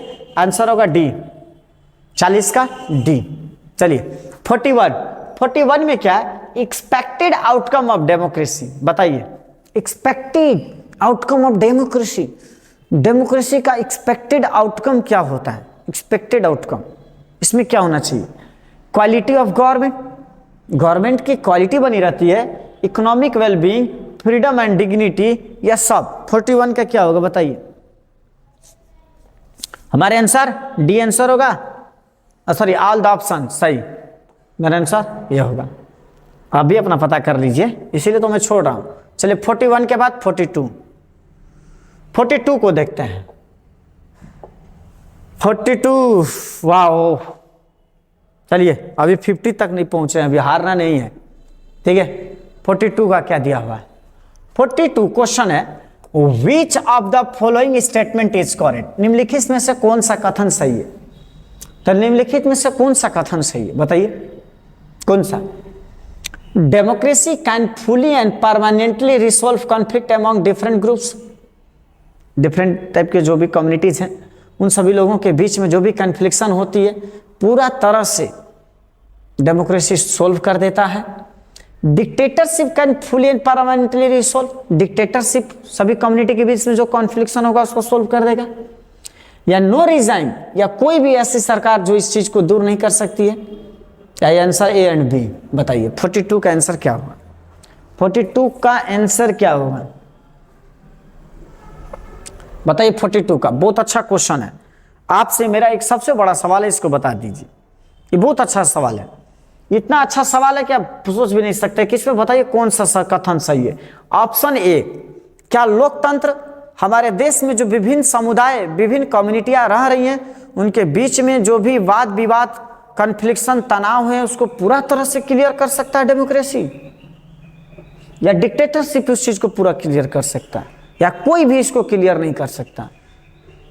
इसका आंसर हमारे विचार से सी होना चाहिए, कोई भी नहीं कर सकता है, कोई भी नहीं, ठीक है। थोड़ी बहुत रहेगी ही रहेगी, आप पूरा नहीं कर सकते। चलिए क्वेश्चन नंबर 42 के बाद 43 का पढ़िए। वाह, क्वेश्चन तो बहुत अच्छा दिया है। When was democracy introduce in India, Bharat में लोकतंत्र कब लागू हुआ था? भारत में लोकतंत्र कब लागू हुआ था? When was democracy introduce in India, Bharat में लोकतंत्र कब लागू हुआ था? तो भारत में लोकतंत्र 1950, याद है 26 जनवरी 1950 को हमारा देश गणतंत्र हुआ था, संविधान लागू हुआ था। और जब संविधान लगा ना तो वही दिन से वो देश लोकतांत्रिक बन गया। तो वही पूछा जाता है कि सब हमारा देश कब डेमोक्रेसी बना भाई? 1950 में। चलिए आगे बढ़ते हैं 44 पर आगे बढ़ते हैं। 44 क्वेश्चन क्या दिया है? 44 क्वेश्चन क्या है, पढ़िए इसको। 44 में क्या लिखा हुआ है? तो 44 में हमने लिखा है which of the following statement is correct, निम्नलिखित में से कौन सा कथन सत्य? Most of democracy have constitution, they hold election, have parties and they guarantee rights to citizens. क्या ये सत्य है कि जब सबसे मस्ट ऑफ द डेमोक्रेसी, अधिकांश डेमोक्रेसी देशों में या लोकतांत्रिक या डेमोक्रेटिक कंट्री में उनको अपना कॉन्स्टिट्यूशन होता है, इलेक्शन कराते हैं, पार्टियां होती हैं, मतलब गारंटी राइट्स टू सिटीजन्स, क्या होते हैं सब। दूसरा, क्या ये सत्य है? Democracy are very much different from each other in terms of their social. Democracy को अगर देखा जाए सोशली, इकोनॉमिकली या कल्चरल अचीवमेंट में बहुत ही डिफरेंट होता है एक दूसरे से। Democracy are similar as far as, बताइए, ऑल डेमोक्रेसी आर सिमिलर, मतलब जितने देश में ना लोकतांत्रिक देश हैं, ये डेमोक्रेसी वो डेमोक्रेसी, लगभग में सब सही ही है, बराबर ही दिखते हैं। या answer both A and B, बताइए क्या होगा आंसर? 44 का आंसर क्या होगा? कंप्यूटर महाराज क्या होता है, कौन बनेगा, रोडपति की करोड़पति? कंप्यूटर महाशय कि कंप्यूटर महाशय? हाँ, कंप्यूटर महाशय। इसका जवाब लॉक किया जाए, कौन सा जवाब लॉक किया जाए 44 का, कौन सा कथन सही है? तो देखिए कौन सा आंसर होगा इसका, ए एंड बी। अगर आपने लगाया है तो सही है। 45, among the following which country tops in inequality of income, बताइए। ओहो, इनकम के अनइक्वालिटी में कौन सा देश निम्नलिखित में से है? बताइए कौन से देश में इनकम में, आय के स्रोत में जो इनकम है, उस इनकम में, आय के स्रोत में जो है अनइक्वल है। अनइक्वल का मतलब असमानता रखता है, वहां पर गरीब अमीर सब पड़े हुए हैं, सबसे ठीक है, अनइक्वालिटी बनी है, वहां पे इक्वालिटी नहीं बनी है। बताइए कौन सा आंसर होगा आपका? हाँ, कौन सा देश सही, कौन सा देश है ये आपको बताना है। वेरी गुड, अच्छा अंदाजा लगा रहे हैं, साउथ अफ्रीका। चलिए 46, विच one of this is better, कौन सा बेटर है? डेमोक्रेसी बेटर है, कोई भी बोल सकता है इसको। Sir which is better form of government? Democracy is better form of government. Question ही अलग दे दिए। ऐसा क्वेश्चन दे देगा तो परीक्षा में सबके सबकी बल्ले बल्ले हो जाएगी। अगर ऐसा क्वेश्चन मिल गया तो मैं श्योर बता रहा हूं, सबके सबकी बल्ले बल्ले हो जाएगी अगर ऐसे क्वेश्चन मिल गए तो। इसके बाद क्वेश्चन नंबर 47, वाह, क्वेश्चन नंबर 47, ये भी क्वेश्चन अच्छा है, बहुत सस्पिशन में है, ऐसा नहीं कि मतलब इजी है ना, बहुत ही सस्पिशन वाला है। Why is there a delay in decision making and implementation in a democracy? Democracy में डिले क्यों होता है? कोई भी डिसीजन लेने में डिले क्यों, देर क्यों? देखिए देर क्यों, the government don't want to take decision, government ही डिसीजन नहीं लेना चाहती, या government is hesitant in taking decision making, कि सरकार जो है हिचकिचाती है डिसीजन लेने में, या democracy is based on the idea of deliberation and negotiation, या democratic government is not interested in taking decision. आखिर कोई भी डिसीजन, कोई भी कानून, कोई भी विधि बनाने में लेट क्यों? अरे भाई लेट क्यों? चूंकि डेमोक्रेसी होता है ना, तो democracy is based on the idea of deliberation and negotiation, इसके बेस पर आश्रित होता है। 47 का आंसर हमारा सी होगा, सी। ये नहीं कि सरकार हिचकिचाती है, यानी कि देर कर रही, नहीं, लेना ही नहीं चाहती है, ना ही एकदम कुछ नहीं, ऐसा नहीं है, ये ऐसा है, डेलिब्रेशन वाला, निगोशिएशन वाला सिस्टम है, बात विचार होता है, वो कानून फिल्टर होकर बढ़िया बन कर आता है। ठीक है, आगे चलिए, बनाते रहिए। मैंने क्या कहा कि अगर आपको बनाना है तो आउटकम्स ऑफ डेमोक्रेसी पढ़े हैं अगर आप, तो एक पेज पेन पे लीजिए और साबित करके दिखाइए कि आप 100 में से कितना बना रहे हैं। क्वेश्चन नंबर 48 बनाइए, which type of election should be there in democracy? आपको क्या लगता है कौन किस तरह के इलेक्शन होने चाहिए डेमोक्रेसी में? फ्री होना चाहिए, फेयर होना चाहिए, रेगुलर होना चाहिए? डी आंसर, क्योंकि चार कोई भी कहेगा कि सर ये सब होना चाहिए। ठीक है, चलिए आगे 48 के बाद आगे बढ़ते हैं। 100 पहुंचना है ना, 100 पहुंचना है तो थोड़ा फास्ट चलते हैं हम लोग। 49, क्वेश्चन नंबर 49 पढ़िए, क्या लिखा मैंने? तो 49 में हमने क्या लिखा, in the context of democracy.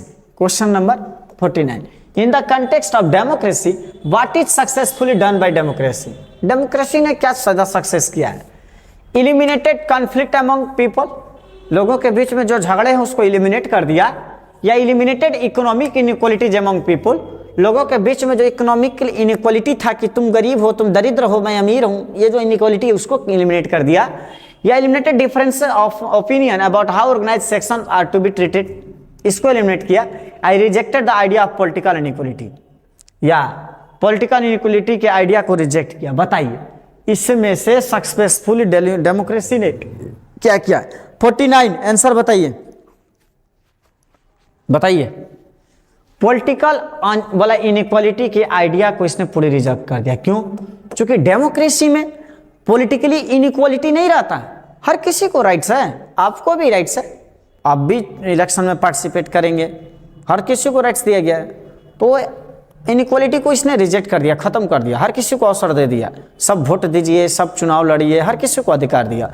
औरतों को तो रिजर्व भी कर दिया, एसटी एससी को साथ में लाने के लिए उसको भी रिजर्व कर दिया। अब क्या चाहिए? अब क्या चाहिए? सब तो दे ही रहा है, लेकिन हमको क्वेश्चन बनाना है अभी। Question number 50 among the following regimes which tops the rate of economic growth. Democratic regime में इकोनॉमिक ग्रोथ अच्छा होता है, हम पहले ही बता चुके हैं आपको। इकोनॉमिक ग्रोथ और इकोनॉमिक डेवलपमेंट दोनों में अंतर होता है। तो इकोनॉमिक ग्रोथ का मतलब होता है आर्थिक समृद्धि, आर्थिक समृद्धि का मतलब पूरे सबका विकास। तो डेमोक्रेसी रिजाइम में सबका विकास होता है, ठीक है, या वैसे देश जो डिक्टेटरशिप के अंदर है वो उसका विकास होता है, या जितने भी डिक्टेटोरियल रिजाइम है उनमें, या पुअर कंट्रीज अंडर डेमोक्रेसी। बताइए, तो 50 का आंसर हमारा चाहिए ए होना चाहिए। डेमोक्रेसी कंट्री में इकोनॉमिक ग्रोथ होता है, ठीक है, क्योंकि क्या होता है डेमोक्रेसी में हर एक किसी को चांस मिलता है आगे बढ़ने का, अवसर, अपॉर्चुनिटी मिलती है, बट इधर नहीं मिलेगा आपको।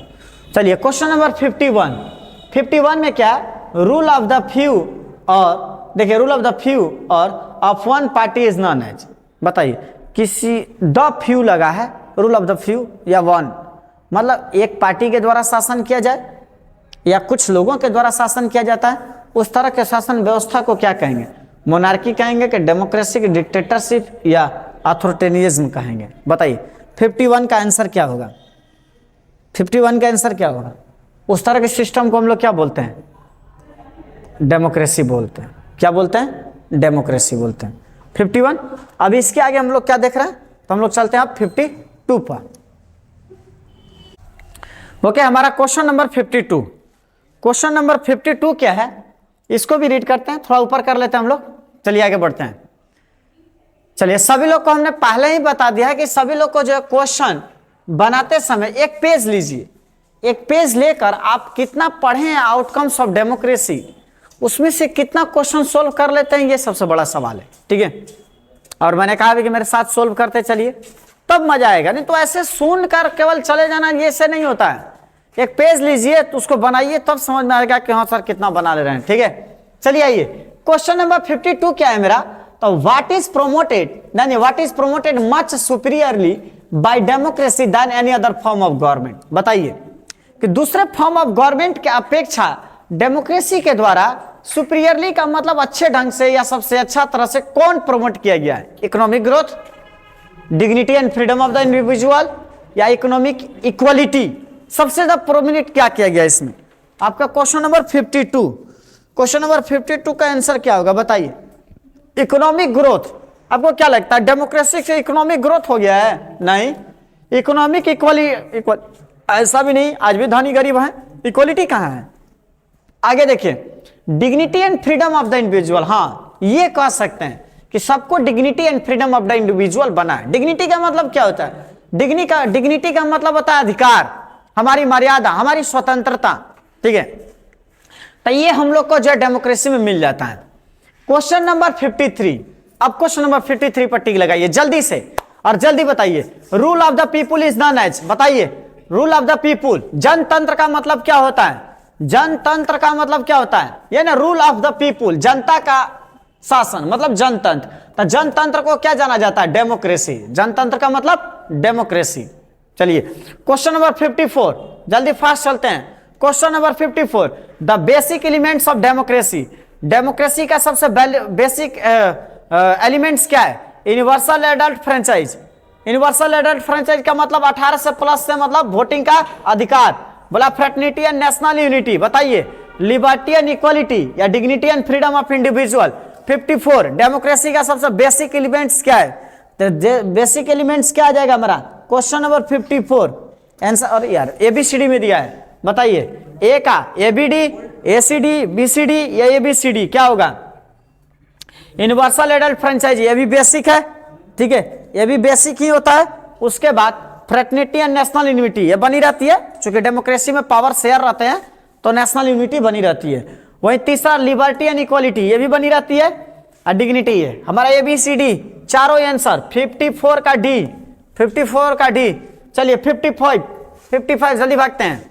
क्वेश्चन नंबर 55 में क्या है, पेन पेंसिल लिए रहे और साथ में आंसर मारते रहिए, तब पता चलेगा कि आप कितना सक्सेस हैं पढ़कर।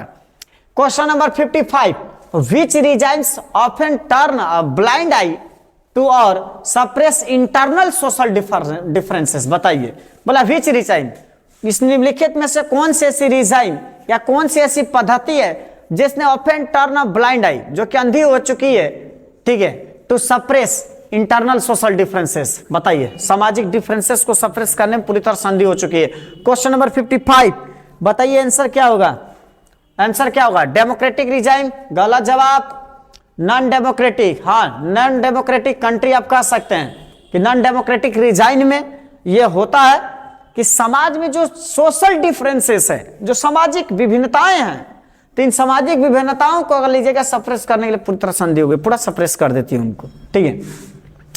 क्वेश्चन नंबर 56 में देखते हैं क्या लिखा है, in a democracy a citizen has the right, एक नागरिक को अधिकार हो और डिसीजन मेकिंग के प्रोसेस को एग्जामिन करने का हो, तो उसको हम क्या कहेंगे, ट्रांसपेरेंसी। ये कई बार डिस्कस हो चुका है, ठीक है। चलिए क्वेश्चन नंबर 57 पढ़िए, which type of government exist in the world. बताइए, which type of government exist in the world, ये दुनिया में जो है किस तरह की सरकारें हैं, डिक्टेटरशिप है, मोनार्की है, डेमोक्रेसी है, या सब है। बताइए दुनिया में किस तरह की सरकारें हैं, क्या पूरे दुनिया में डेमोक्रेसी है या कुछ और भी है। बताइए 57 का आंसर क्या होगा, तो कुछ देशों में डिक्टेटरशिप मिलेगा, मोनार्की मिलेगा, डेमोक्रेसी, ऑल द ऑप्शन 57 का डी, सभी तरह के मिलेंगे। चलिए आगे बढ़ते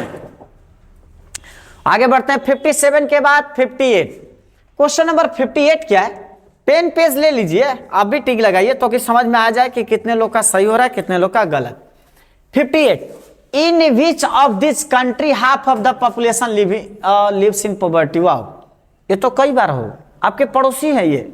58, in which of this country, निम्नलिखित में से किस देश का आधा से तीना हाफ ऑफ द पॉपुलेशन, आधी जनसंख्या गरीबी में जीती है, पॉवर्टी, गरीबी में। बांग्लादेश आज भी गरीबी से, बांग्लादेश क्या है, पाकिस्तान है, वो पाकिस्तान का ही हिस्सा 1971 में भारत की वजह से वह एक नया देश बना था, अन्यथा वैसे ही रह जाता ये। चलिए आगे बढ़िए, 59, the most basic outcome of democracy. Most, बताइए मस्ट बेसिक आउटकम, सबसे बेसिक आउटकम डेमोक्रेसी का क्या होता है, ये क्या होता है। It provides accountability to citizen, नागरिकों के प्रति उत्तरदायी होती है। It addresses socio economic and political problem, मतलब सामाजिक आर्थिक या राजनीतिक समस्याओं को संबोधित कर लेता है। गुड गवर्नमेंट, या फिर इट एकोमोडेट रिलीजियस डिफरेंसेस, या रिलीजियस डिफरेंसेस को एकोमोडेट कर लेता है। तो बताइए, चारों का चारों कंफ्यूजनल क्वेश्चन है, सोच लीजिए, चारों का चारों कंफ्यूजनल क्वेश्चन है, आंसर देना है आपको। बताइए, चूंकि हमने क्या पूछा, डेमोक्रेसी का आउटकम। अरे भाई, डेमोक्रेसी का आउटकम रिलीजियस डिफरेंस को एकोमोडेट करता ही है, सबको अधिकार देता है कि आप भी चुनाव लड़िए, आप भी शासन में आइए, यह भी कर लेता है। अच्छी सरकार प्रोड्यूस करता है, हमारे द्वारा चुना हुआ सरकार प्रेजेंट करता है। चलिए, वही दूसरी अगर बात की जाए, प्रोवाइड्स अकाउंटेबिलिटी टू सिटीजन्स। हमारा आंसर में एक्चुअली ए होना चाहिए, 59 का ए होना चाहिए, ठीक है, 59 का आंसर ए। चलिए 60 पर चलते हैं। 60 का क्वेश्चन क्या है, 60 क्वेश्चन दिया, what is regarded as definite plus point of democratic regime. वाह, definite plus point of democratic regime, democratic regime का सबसे प्लस पॉइंट जो है डेफिनिट क्या है इसमें, participative decision making, rule of majority, ये क्या गया है, ये नहीं, एबिलिटी, ये rule of majority, ability to handle social divisions and conflicts, none of the options. बताइए क्या होगा, 60 का क्या आंसर होगा, बताइए। हाँ, प्लस पॉइंट इसमें क्या होता है, ये भी तो आ ही जाता है यार, भाई तो आता ही नहीं है, नन ऑफ द ऑप्शन होगा ही नहीं, ability to handle social differences. चलिए आंसर सबसे प्लस पॉइंट ये 60 का। प्लस पॉइंट आप कैसे कहेंगे? तो प्लस पॉइंट ये कहेंगे सर सब कुछ तो है ही, लेकिन इसके पास सबसे प्लस पॉइंट यह है कि डेमोक्रेसी में जो rulers are elected by the people, जनता के द्वारा जो चुना जाता है, तो जनता के द्वारा जब चुना जाएगा ना तो कोई सवाल ही नहीं करेगा, कोई ना झगड़ा होगा, ना कोई तनाव करेगा, ना कोई बात उठाएगा, और वहां जो भी डिसीजन लिया जाएगा ना तो कोई जनता हल्ला नहीं करेगी, क्योंकि जनता का ही रिप्रेजेंटेटिव वो सारे डिसीजन ले रहे हैं। तो सबसे बड़ी प्लस पॉइंट हमको ये मिलती है। चलिए 61, क्वेश्चन नंबर 61 पढ़िए। Which among the following has a higher rate of economic growth and development? बताइए विच अमॉन्ग द फॉलोइंग, बताइए किस में? ऑल नॉन डेमोक्रेटिक रीजन में, मोनार्की में, डिक्टेटर में? डेमोक्रेसी। डेमोक्रेसी में सबसे ज्यादा जो है इकोनॉमिक ग्रोथ और डेवलपमेंट दिखाई देता है। हम पहले ही बोले थे आपको, याद रखिएगा इकोनॉमिक ग्रोथ और इकोनॉमिक डेवलपमेंट दोनों में बहुत अंतर है, ठीक है। चलिए 61, पेन पेंसिल लेकर सीधा आप भी टिक लगाइए, आप भी आंसर बताते रहिए हमारे साथ। बताइए 62 का आंसर क्या होगा? 62 का आंसर क्या होगा? 62 का क्वेश्चन है equal treatment of women is a necessary ingredient of a democratic society. इसका मतलब क्या है? इसका भी क्वेश्चन हम लोग पहले भी डिस्कस कर चुके हैं, ये भी पहले भी डिस्कस। 62 का आंसर बी होगा। 63, democracy is based on the idea of, बताइए क्वेश्चन थोड़ा अलग पूछ लिया गया है, based on the idea of, किस बेस पर है ये? तो इसका आंसर बी होना चाहिए, डेलिब्रेशन एंड निगोशिएशन, ये होना चाहिए। 63 का बी आंसर होगा, ठीक है। चलिए आगे बढ़ते हैं। 64 का क्वेश्चन क्या है बताइए? 64 क्या दिया है? तो 64 को अच्छे से पढ़िए। What democracy ensure regarding the decision making? बताइए what democracy ensure regarding the decision making? Decision making में क्या होता है? तो डिसीजन जो है परिवार कंट्री के हेड के द्वारा लिया जाता है। ये कोई बात नहीं है। Taken by the council of minister, restrict, answer B होगा। ट्रांसपेरेंसी होती है, चूंकि सबके सामने ये डिसीजन लिया जाता है, ठीक है, चूंकि एक लेजिटिमेटी गवर्नमेंट है ये। चलिए 65 का क्वेश्चन का answer, if a government providing its citizens a right means to examine the process of decision then it is transparent government. पहले भी बात हो चुकी है 65 का डी, पहले भी बात हो चुकी है, केवल आप टिक करना है। समझिए जो जो क्वेश्चन लड़ रहे हैं, मैच कर रहे हैं ना, अब केवल आंसर बताने हैं पटाक पटाक, ठीक है, जितना फास्ट हो सके बनाइए। Which of following statement not true about democracy? Democracy के बारे में कौन सा इसमें सत्य नहीं है, अर्थात कौन गलत है? सी। ओके ठीक है। क्वेश्चन नंबर 67, क्वेश्चन नंबर 67 देखते हैं और समझने की कोशिश। जैसा कि हम लोगों ने क्या बोला, और इससे पहले देखिए जितना हम लोगों ने क्वेश्चन इससे पहले बना लिए हैं, तो इससे पहले क्वेश्चन जितना बना लिए ना, तो जब लास्ट ओर हम बढ़ते हैं तो बहुत सारा क्वेश्चन ना पूरा लगता है कि जान पहचान का है। हाँ ऐसा तो बनाए हैं तो इजी हो जाता है, ठीक है। इसलिए हम लोग भी जल्दी जल्दी थोड़ा बनाएंगे और 100 तक पहुंचेंगे। दूसरी बात ये याद रखिए कि मैंने जैसा कहा कि आप लोग भी अपने साथ एक कॉपी पेन रखें और देखते जाइए कितना सही बनाते हैं, ठीक है। पढ़िए क्वेश्चन नंबर 67 क्या है?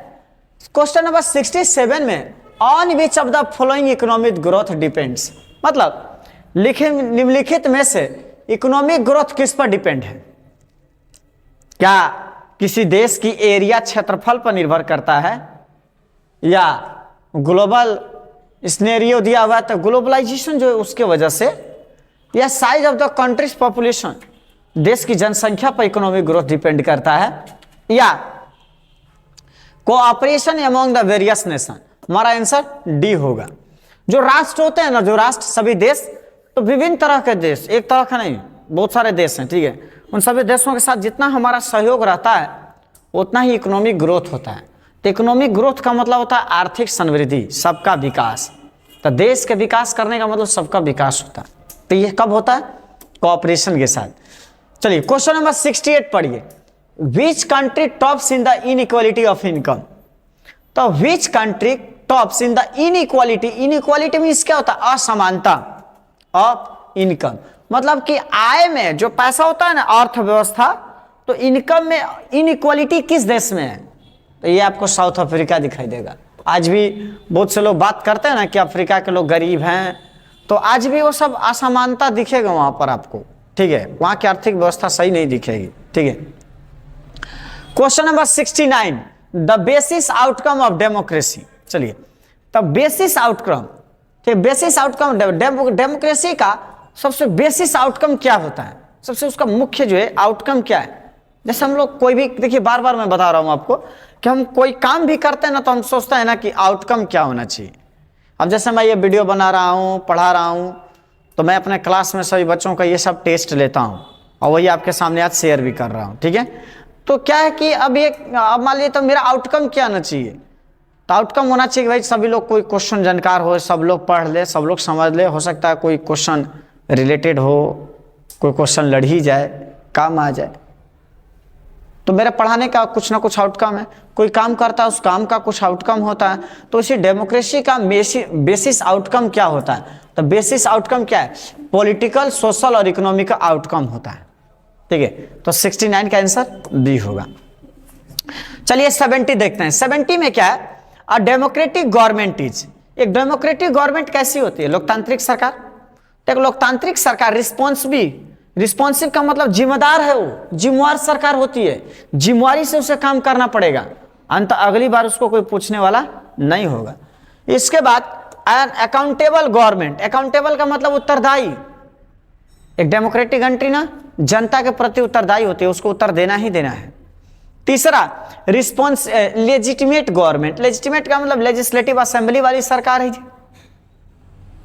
सही बात है, तो इसका आंसर क्या होगा, डी होगा। हमारा 70 का आंसर क्या है, डी है। ठीक, चलिए 71 बढ़ते हैं आगे। क्वेश्चन नंबर 71, तो 71 में जो है क्या है, क्वेश्चन पढ़िए, तो 71 में दिखेगा when democracy was introduce in India. वाह, भारत में डेमोक्रेसी कब लागू हुआ था, लोकतंत्र कब लागू हुआ था, याद है, हमारा कॉन्स्टिट्यूशन कब लागू हुआ था, 26 जनवरी, 26 जनवरी आने वाला है, उसी 26 जनवरी 1950, किधर है 1950, 26 जनवरी 1950 को हमारा जो है डेमोक्रेसी लागू हुआ था। चलिए 72, चलते हैं फास्ट, चलते हैं आगे। If in a democracy citizen has a right means to examine the process of decision making, it is known as, वाह, ट्रांसपेरेंसी। ट्रांसपेरेंसी ना होगा, हाँ ट्रांसपेरेंसी। क्यों, अगर कोई लोकतंत्र में किसी नागरिक को अगर अधिकार दे दिया जाए कि भाई कोई भी डिसीजन लिया जा रहा है, तो डिसीजन में मतलब डिसीजन लिया रहा था, तुम कैसे एग्जामिन करोगे, तो इसके लिए बेस्ट आइडिया क्या है, ट्रांसपेरेंसी होता है। ये इस तरह का ट्रांसपेरेंसी, इसे ट्रांसपेरेंसी कहते हैं। ठीक है, 73, a democratic government is much better than a government, वाह, than a non democratic government. एक डेमोक्रेटिक गवर्नमेंट और एक नॉन डेमोक्रेटिक गवर्नमेंट, दोनों में डेमोक्रेटिक गवर्नमेंट सबसे अच्छा होती है। क्यों, क्योंकि overwhelming support for the idea of all over the world, legislative platform, ये सही है।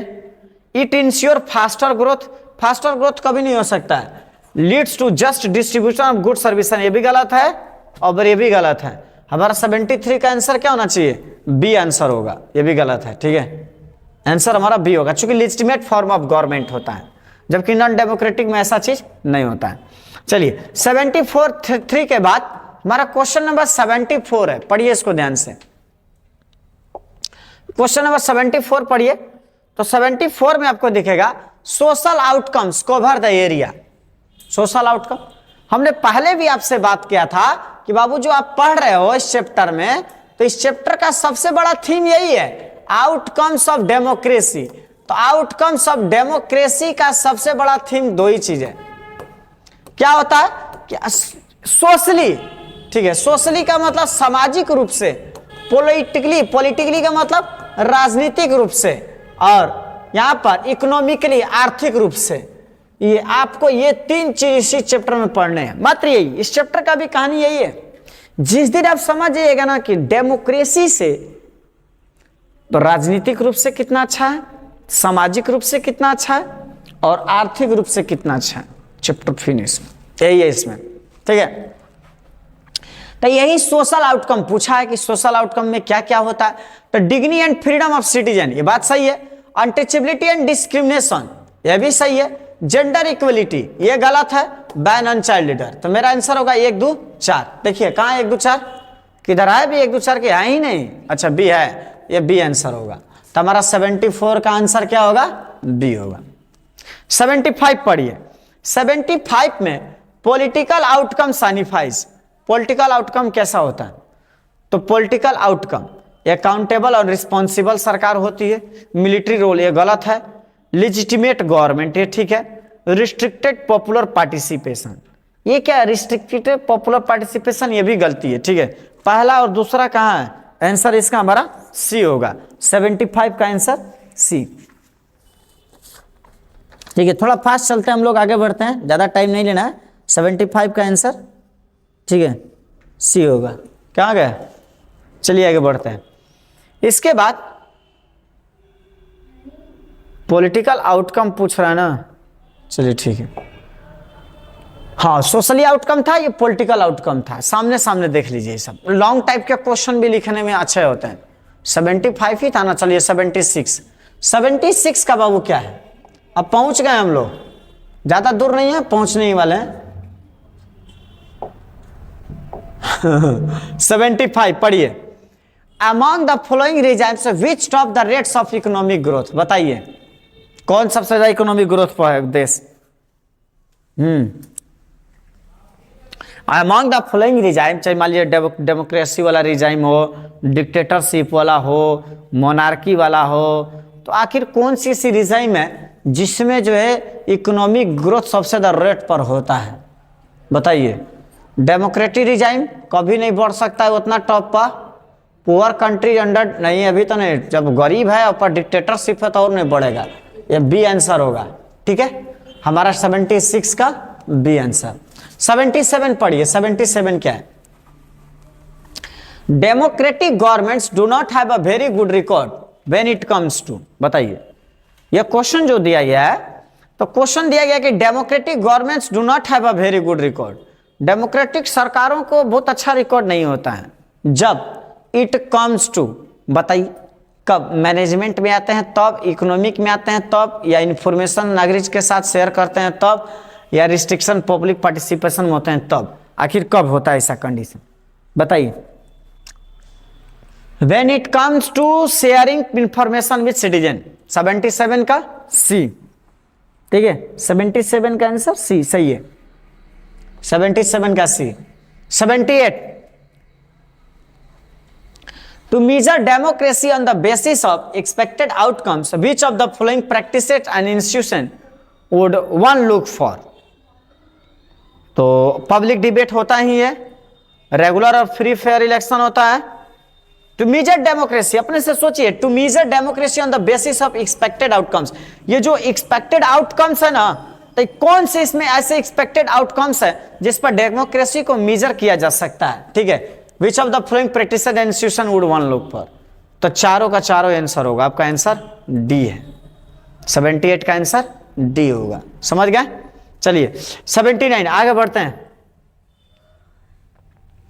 Question number 79। 79 में क्या दिया गया है? पढ़िए अच्छा से तो आपको आ जाएगा समझ में। 79 में the basic elements of democracy. तो बेसिक, तो ये तो यार ABCD चारों हो जाएगा, क्योंकि डेमोक्रेसी में एडल्ट फ्रेंचाइजी होता है। एडल्ट फ्रेंचाइजी का मतलब 18 प्लस मतलब वोटिंग का राइट्स, ये होता ही होता है। फ्रेटर्निटी एंड नेशनल यूनिटी, भाई डेमोक्रेसी सबको राइट्स दे रहा है तो यूनिटी तो बनी रहेगी। लिबर्टी एंड इक्वालिटी, ये तो होता ही है, सबके बीच में समानता। ऐसा कि नहीं कि आप वोट मत दीजिए वो देगा, ऐसा तो है नहीं। Dignity and freedom of individual, ये भी है। तो हमारा आंसर हो जाना चाहिए बल्कि D, all of the above चार दिस, ठीक है। तो 79 का आंसर हमारा डी होगा। चलिए 80 चलते हैं। आइए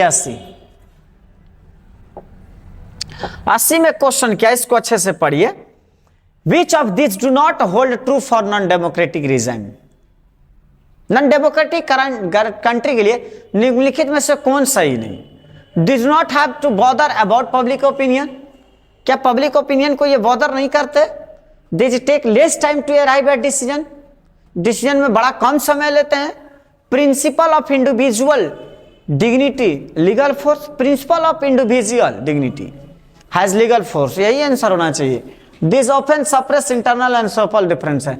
80 का सी होना चाहिए, ठीक है। 80 का सी। हाँ 80 का सी सही है, 80 का सी आंसर होगा। ठीक है, क्योंकि अगर चले जाइए इसमें, अगर आपको पकड़ना है कि sir which of this do not hold true for non democratic, non democratic के लिए कौन सही है, मतलब बाकी सब डेमोक्रेटिक के लिए सही होना चाहिए, आई कौन सही नहीं है, तो ये। चलिए 81 क्वेश्चन नंबर 81 पढ़िए, थोड़ा फास्ट चलते हैं क्योंकि ज्यादा नहीं है, 92 या 93 क्वेश्चन है, पूरा 100 है भी नहीं। ठीक है, which country prefer least democratic idea, बताइए which country prefer least democratic idea, वाह, किस देश में सबसे कम जो है डेमोक्रेटिक आइडिया है, बताइए which country prefers list democratic idea, कौन से देश, निम्नलिखित में से कौन सी देश है। 81 बताइए कौन सा देश, आपका पड़ोसी पाकिस्तान। ठीक है, 82 ये तो डिस्कस हो भी गया है, इक्वल ट्रीटमेंट ऑफ वुमेन, कहाँ गया वेजेस वाले, वेज वाला है, ये रहा बी, 82 का B, equal treatment of women का मतलब easier for women to legally wage struggle for their rights.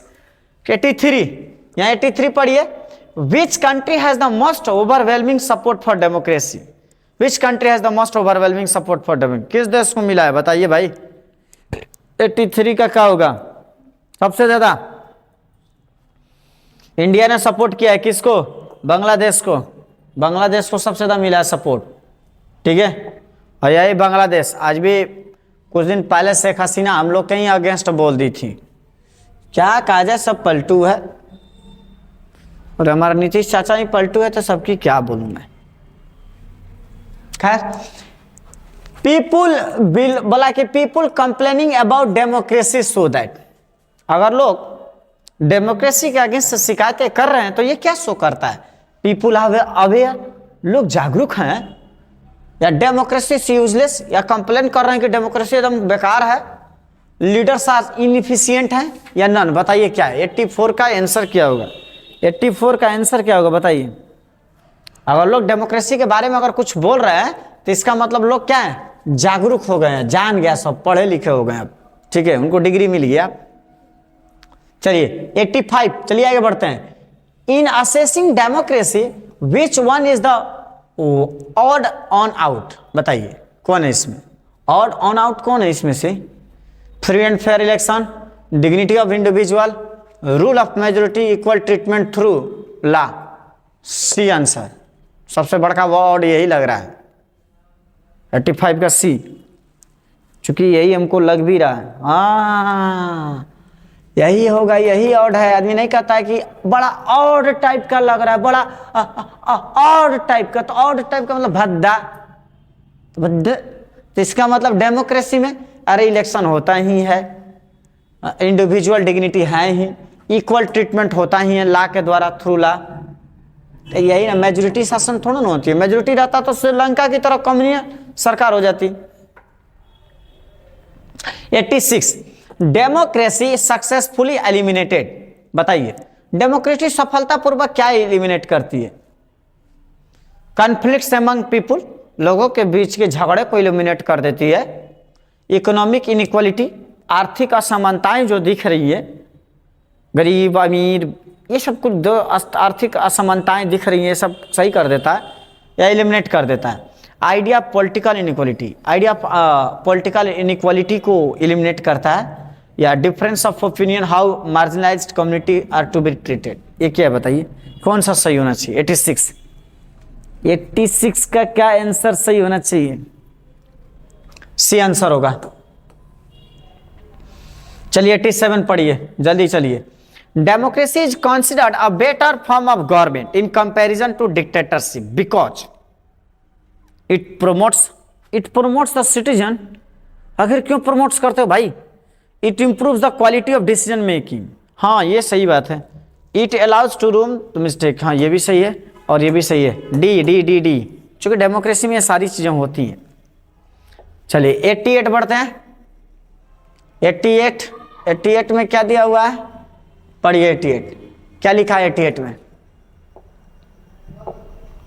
88 में आपको देख सकते हैं, मैंने लिखा है कि विच of the following statement is true about democracy, democracy के लिए सबसे बड़ा सत्य इसमें कौन है? सबसे बड़ा सत्य मतलब निम्नलिखित कथन में से कौन सत्य है?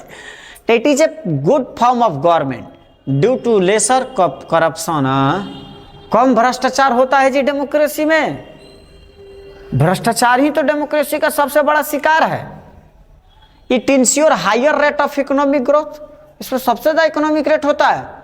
It is rule by majority, therefore it is a good government. It respect the individual dignity of. हमारे विचार को आंसर डी आंसर होना चाहिए। बाकी सब तो पढ़ने पर तो लीला ही समझ में आ जा रही है। सत्य ही पूछ रहा ना, तो 88 का डी, 88 का डी बिल्कुल सही। कंप्यूटर वहां से लॉक कर दिया जाए आंसर को, हमको नहीं, ठीक है। 89, which country in south Asia never had a democratic government? बताइए और एक तरीके ऐसा एशिया का, वाह क्या क्वेश्चन है। साउथ एशिया का ऐसा कौन सा देश जिसमें कभी डेमोक्रेटिक गवर्नमेंट हुआ ही नहीं? हुआ ही नहीं, बताइए। कितना जीके का अच्छा क्वेश्चन है। भूटान,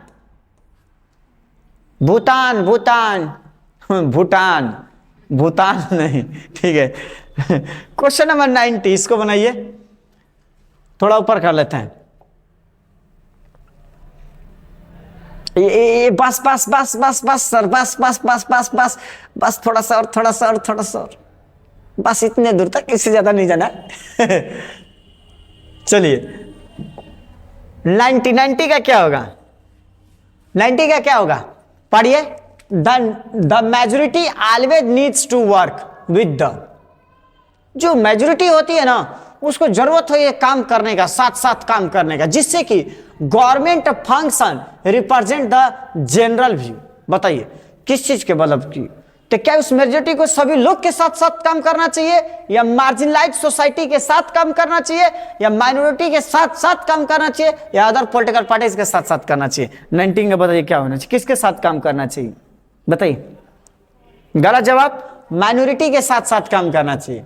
अभी नहीं कि हमारी लाठी हमारी भैंस हो जाए, नहीं, सबको मिलाकर साथ साथ चलिएगा ना तो ज्यादा दिन तक सुख में रहिएगा।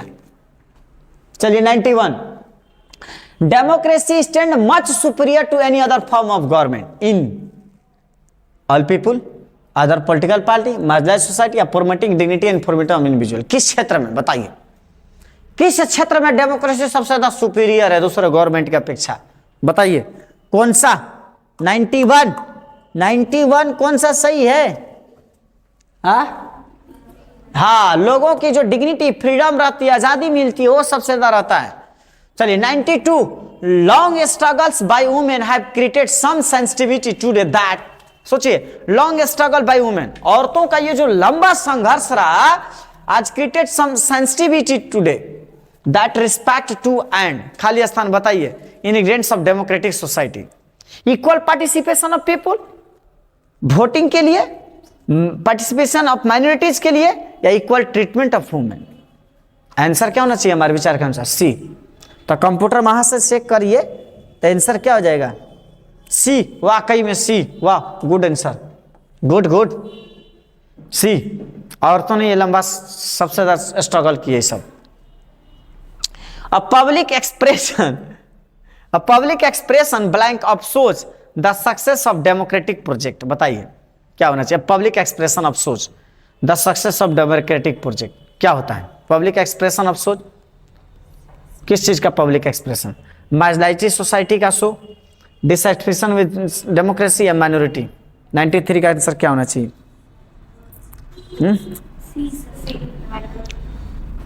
क्वेश्चन पहले समझिए कि अब public expression blank of show मतलब कि पब्लिक एक्सप्रेशन ऑफ शो, तो किस चीज का शो जो है, मतलब कि आपको मार्जिनलाइज्ड सोसाइटी का उनका दिखावा, सक्सेस ऑफ डेमोक्रेटिक प्रोजेक्ट।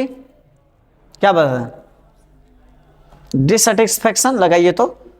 अब public expression dissatisfaction with democracy, मतलब जो जनता का एक्सप्रेशन है ना डेमोक्रेसी का असंतुष्टि के प्रति, वो जो दिखा रहे हैं वही डेमोक्रेसी की सफलता होती है। हाँ सही है। 93 का बी आंसर मारिए। ठीक है, अब सभी लोग टाइम नहीं वेस्ट करना है ना। अब इसके आगे हम लोग ज्योग्राफी सोल्व करेंगे।